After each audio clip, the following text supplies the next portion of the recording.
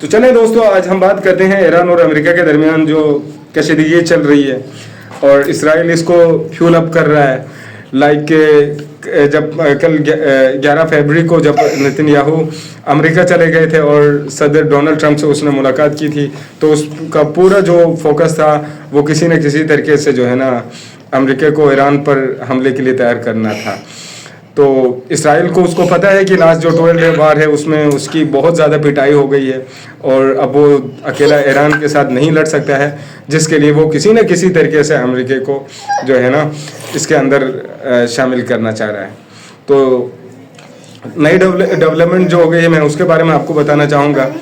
جیسے کہ George Washington Bush ایک اور ایئر کرافٹ کیریئر ہے، اس کو مڈل ایسٹ میں جو ہے نا تعینات کیا ہے اور جو تعینات ہو چکی ہے، اور اس کے ساتھ ساتھ قطر کا جو الودیت ایئر بیس ہے اس کو جو ہے نا ایز اے سینٹرل جو ہے نا کمانڈ کے طور پہ اگین اس کو یوز کرنا چاہ رہے ہیں. اس کی وجہ سے وہاں پہ تھرڈ جو بیٹریز ہے میزائل ایئر ڈیفنس سسٹم کی، ان کو مزید وہاں پہ تعینات کیا اور اس کو اسٹرینتھن کرنے کی کوشش کی گئی ہے. اور دوسرا جو سب سے بڑا جو خطرہ ایران کے لیے اس جنگ میں ہونے والا ہے وہ جورڈن ہے. تو جورڈن تو ہے ویسے بیسیکلی ایک اسلامی ملک ہے، مگر صرف نام کے مسلمان ہیں، اور اس نے بھی جو ہے نا وہاں پر اڈے دے دیا ہے. اور اس اڈے کے اندر جو F-15EX جو اسٹرائک ایگل ہے وہ جہاز وہاں پہ تعینات ہیں. تقریباً 12 سے 15 کی جو تعداد بتائی جا رہی ہے. اس کے ساتھ جو ریفیولنگ جو ٹینکر ہیں وہ بھی وہاں پر تعینات کیے گئے ہیں.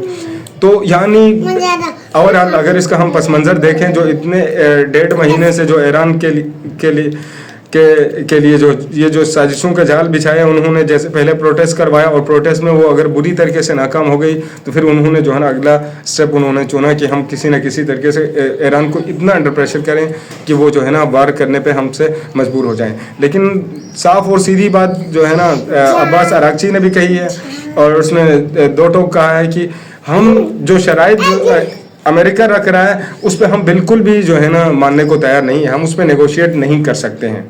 ہاں، نیگوشیٹ صرف ایک چیز پہ ہو سکتی ہے، وہ ہے یورینیم کی جو انریچمنٹ ہے اس کو ہم مزید نہیں بڑھائیں گے، لیکن اس کے بدلے میں امریکہ کو جو ہے نا ہر طرح کے جو سینکشنز ہیں وہ سارے جو ہے نا اس کو ہم سے اٹھانے پڑیں گے. اور دوسرے جو ہمارے فنڈز جو امریکن بینک کے اندر، سینٹرل بینک کے اندر جو فریز ہوئے ہیں ان کو ریلیز کرنا پڑے گا. تو یہ والی بات ہے. اور اسرائیل کیا چاہ رہا ہے؟ کسی نہ کسی طریقے سے اس جنگ کو سپارک کرے.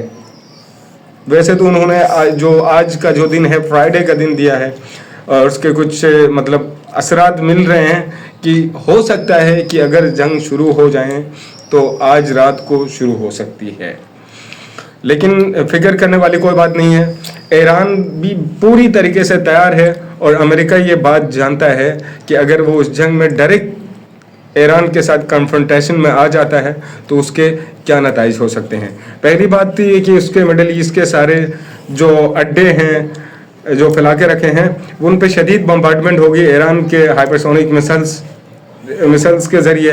اور دوسرا یہ کہ جو کنٹریز ان کے ساتھ کولابریٹ کر رہی ہے ان ٹرمز آف اڈے دینا، ہتھیار دینا یا انٹیلیجنس سپورٹ دینا، اس سب پہ ایران نے نظر رکھا ہوا ہے. تو جو ممالک اس جنگ میں امریکہ اور اسرائیل کے ساتھ دینے والے ہیں ان کی بھی یہاں پہ خیر نہیں ہے. تو ایران کی طرف سے جو سب سے زیادہ ان کے لیے جو تھریٹ ہے وہ ہے ایران کے کچھ میسائلز ہیں جن کے میں نام لینا چاہوں گا. لائک فاتح 1 ہے، فاتح 2 ہے. یہ دونوں ہائپرسونک میزائل ہیں اور یہ کسی بھی قسم کا ایئر ڈیفنس سسٹم کے پکڑ میں فی الحال تو نہیں آ رہے ہیں. نہ امریکہ اسرائیل کے پاس ان کی ابھی کوئی توڑ ہے. اور اس کے بعد دوسرا جو ریسنٹ جو ٹیسٹ ہوا ہے خرمشار 4 بیلسٹک مسلس، یہ صرف ہائپرسونک ہی نہیں ہے. اس کا جو دوسرا ایڈوانٹیج ایران کو ملتا ہے اس کا یہ ہے کہ 1500 کلو گرام یعنی 1.5 ٹن اس کے اندر جو ہے نا وار ہیڈ ہے، اور یہ ایسی ڈسٹرکٹیو کیپیبلٹی رکھتا ہے کہ یہ اراؤنڈ 1.5 کلومیٹر کے اندر جو ہے نا یہ بھیانک تباہی مچا سکتا ہے. جس کی وجہ سے امریکہ اور اسرائیل اور جو دوسرے جو اتحادی ملک ہیں، اپنے جو مسلمان ملک ہیں سو کالڈ، وہ بھی کسی نہ کسی طریقے سے جو ہے نا ان میزائلوں سے سہمے ہوئے ہیں. لاسٹ ہم نے جو وار دیکھی تھی 12 ڈے وار کے اندر ایران نے مطلب ایک گریجولی اور اسمارٹ طریقے سے اسرائیل پہ اٹیک کیا تھا. پہلے انہوں نے ڈرون یوز کیے, پھر اس کے بعد انہوں نے کچھ میزائل یوز کیے, اور اس کے ساتھ کچھ ہائپرسونک میزائل بھی اس نے مارے.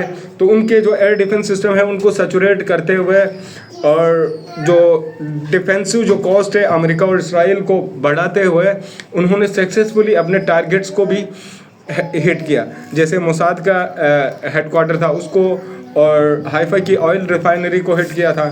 اور ایک ہم نے سنا بلکہ دیکھا کہ ان کا جو سب سے زیادہ جو سائنس کا جو ہب تھا ٹیکنالوجی کا, بیزمین انسٹیٹیوٹ, اس کو مکمل طور پر انہوں نے فلیٹ کر کے رکھ دیا تھا. تو یہ وار ابھی خیر امریکہ اور اسرائیل چاہ رہے ہیں کہ ایران پہ ویج کریں, لیکن ان کے نتائج جو ہے نا بہت بھیانک نکلیں گے. نو ڈاؤٹ ایران کو بھی نقصان ہوگا, مگر ایران شدید جو ہے نا زخم دے سکتا ہے یہاں پہ امریکہ کے لیے.